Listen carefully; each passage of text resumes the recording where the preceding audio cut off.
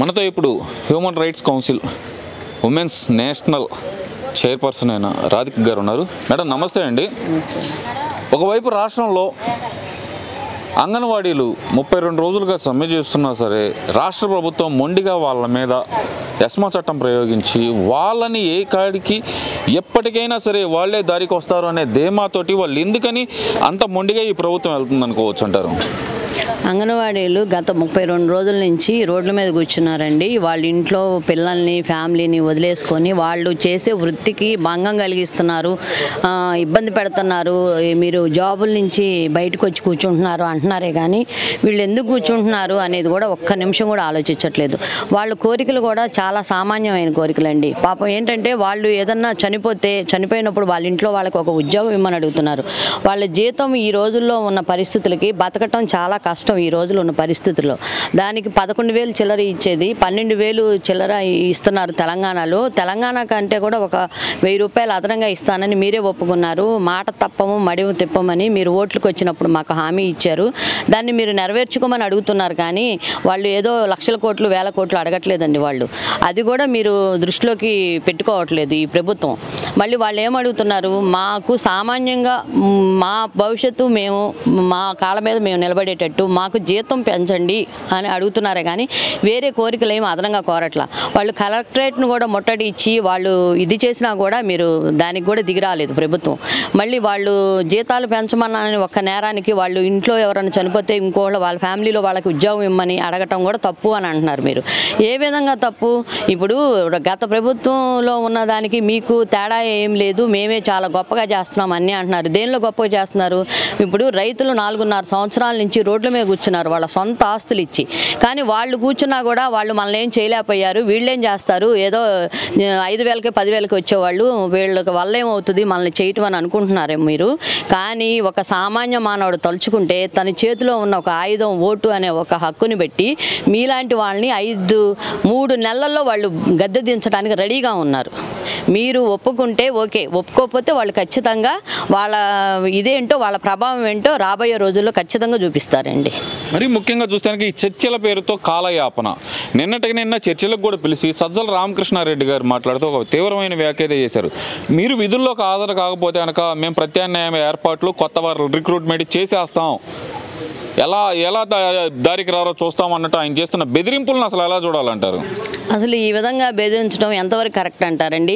ఇప్పుడు గత ప్రభుత్వంలో వాళ్ళకి ఎంతో చక్కగా వాళ్ళు సామాన్యంగా బయటకు వచ్చి హ్యాపీగా ఒక ఆడ మనిషి బతకటం ఎలా అని బాబు గారి ద్వారా తెలుసుకొని వాళ్ళు హ్యాపీగా వాళ్ళ ఉద్యోగాలు వాళ్ళు హ్యాపీగా నెరవేర్చుకున్నారు. కానీ ఈ రోజున వాళ్ళ ఉద్యోగాలకు భంగం కలిగించి వాళ్ళని బెదిరిస్తున్నారు. మీరు అదేమంటే వాలంటీర్లను పెట్టారు. ఇప్పుడు వాళ్ళు తీసుకొచ్చి వాళ్ళు చేయరాని పనులన్నీ చండాలంగా వాళ్ళు పిల్లలకి బాత్రూమ్లు క్లీన్ చేయటం, పిల్లలకి వాష్ చేయటం ఇలాంటి పనులన్నీ చేస్తున్నారు. కానీ మీరు బెదిరింపుల ధోరణి ఎంతవరకు సాధించగలరు?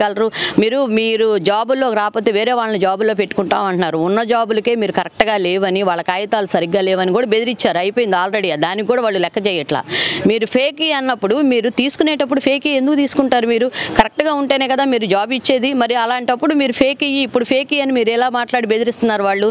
అసలు ఆ బెదిరింపుల ధోరణి ఎంతవరకు మీరు సాధించగలుగుతారు? ఒకవేళ రాష్ట్రం అప్పుల్లో దిగిపోయింది, అధోగతి పాలైపోయింది.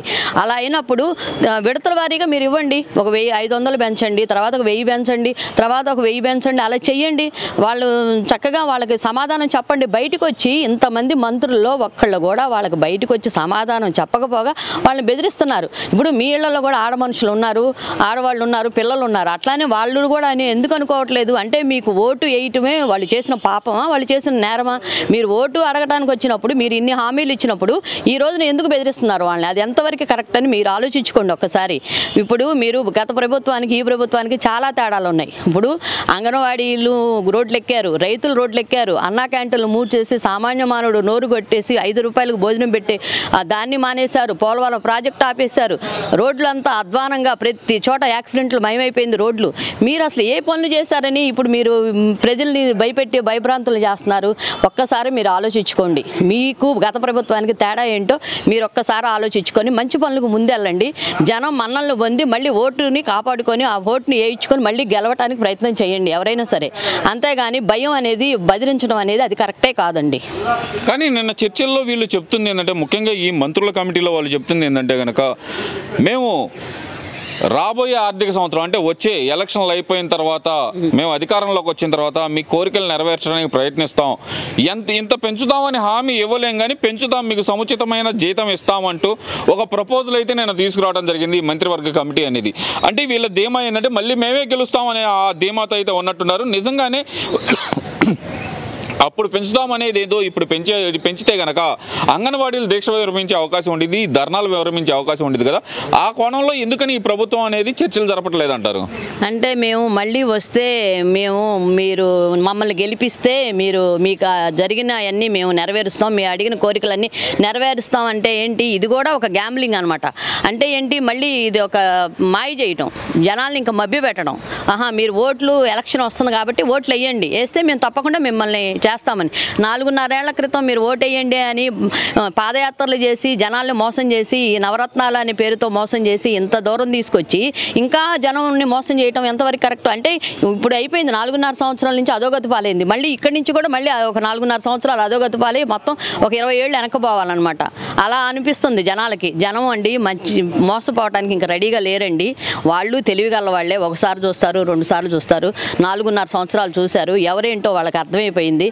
మీరు మాయ చేసినా మభ్య పెట్టినా ఎలక్షన్ ముందు మేమేదో హామీలు ఇచ్చాము, నేను తర్వాత నెరవేరుస్తాము, ఇప్పుడు ఓటు వేయండి అని మళ్ళీ ఆశ పెట్టడం అనేది, జనాల్ని మోసం చేయడం అనేది చాలా తప్పండి. మరి చివరిగా ఒక ప్రశ్న మేడం, ఇంత వైలేషన్స్ రాష్ట్రంలో హ్యూమన్ రైట్స్ పరంగా ఇంత వైలేషన్స్ జరుగుతుంటే కేంద్ర ప్రభుత్వం అసలు ఏం చేస్తున్నట్టు? అసలుకి మీరు ఒక పక్కన చూస్తే కనుక మహిళల మీద దాష్టింగ్ మొన్న కలెక్టరేట్ ముట్టేటప్పుడు చూసాం. పోలీసులు మగ పోలీసులు మహిళా ఉద్యోగుల్ని మహిళా అంగన్వాడీలని లాగటం ఎలా చూడొచ్చు అంటారు? రాష్ట్రంలో ఉన్న హ్యూమన్ రైట్స్ అని మనుషులుగా ఉండాల్సిన సాధారణమైన రైట్స్ అనేది అంటే వాటిని అసలుకి ఇలా కాలు రాస్తుంటే కనుక ఎలా చూడాలంటారు రాష్ట్రంలో? అసలు ఎలా చూడటం అంటే అండి, ఒక ఆడది బయటకు వచ్చి రోడ్డెక్కి కూర్చుందంటే అక్కడే అర్థమైపోతుంది ఈ ప్రభుత్వం ఏ రోజైనా, గత ప్రభుత్వంలో అయినా ఈ ప్రభుత్వంలో అయినా ఎంత తేడాలు ఉన్నాయో ఎంత వ్యత్యాసాలు ఉన్నాయో చూడండి. మేము ఈ ప్రభుత్వం ఆ ప్రభుత్వం అని మేము వాళ్ళకి సపోర్ట్ ఇస్తున్నాం అని అనుకోకండి. ఒక లేడీకి బయటకు వచ్చి కూర్చుంటుందంటే ఎంత బాధ వస్తే తను రోడ్డు మీద కూర్చుంటుంది అనేది ఒక్కటి అర్థం చేసుకోవాలండి. మళ్ళీ ఆడపిల్లలకి అఘాయిత్యాలు, మానభంగాలు ఇలాంటివన్నీ ఎన్నో జరుగుతున్నాయి. కానీ అవి కొన్ని బయటకు వస్తున్నాయి, కొన్ని బయటికి రావట్లా. మిస్సింగ్ కేసులు ఉన్నాయి, కొన్ని బయటకు వస్తున్నాయి, కొన్ని బయటకు రావట్లా. కానీ మేము అంతా కరెక్ట్గా చేసామంటున్నారు. కానీ కరెక్ట్గా చేసినప్పుడు ఒక శ్వేతపత్రాన్ని రిలీజ్ చేయండి. అది రిలీజ్ చేయమంటే మీరు అసలు ఏది దానికి ఆన్సర్ అనేది ఎక్కడా లేదు. కానీ మీరు ఈ విధంగా అబద్ధాలు చెప్పటం, మోసపూరిత రాజకీయం చేయటం కరెక్ట్ కాదండి. మీరు బయటికి రారు, మీడియా ముందుకు రారు, సమాధానం చెప్పరు. ఒక మంత్రి వచ్చి వాళ్ళకి సంఘీభావం తెలపటం కానీ వాళ్ళ మంచి చెడులు చూడటం కానీ లేదు. ఇప్పుడు అచ్చెన్నాయుడు గారు ఉన్నారు, చంద్రబాబు గారు ఉన్నారు, లోకేష్ బాబు ఉన్నాడు. వీళ్ళందరూ వచ్చి మీకేంటమ్మా మీకేం జరుగుతుంది అని చెప్పి ప్రతి వాళ్ళు వచ్చి సంఘీభావం తెలిపి వాళ్ళని బాధపడద్దని చెప్పడం జరిగింది. అలాంటప్పుడు మీరు నమ్మి మీకు ఓటేసినందుకు మీరు వచ్చి బయటికి అసలు ఏంటి ఎలా జరుగుతుంది అలా కాదు ఇలా అని ఒక విడతల వారీగా మీరు పెంచాలి. కానీ బెదిరింపు ధోరణులకు వెళ్ళటం అనేది కరెక్ట్ కాదండి. మీరు ఇప్పుడైనా మారాలి. మారకపోతే మీకు ఓటు అనే ఒక్క దానితోనే ప్రజలు రేపు రాబోయే కాలంలో సమాధానం ఖచ్చితంగా చెప్తారు మీకు.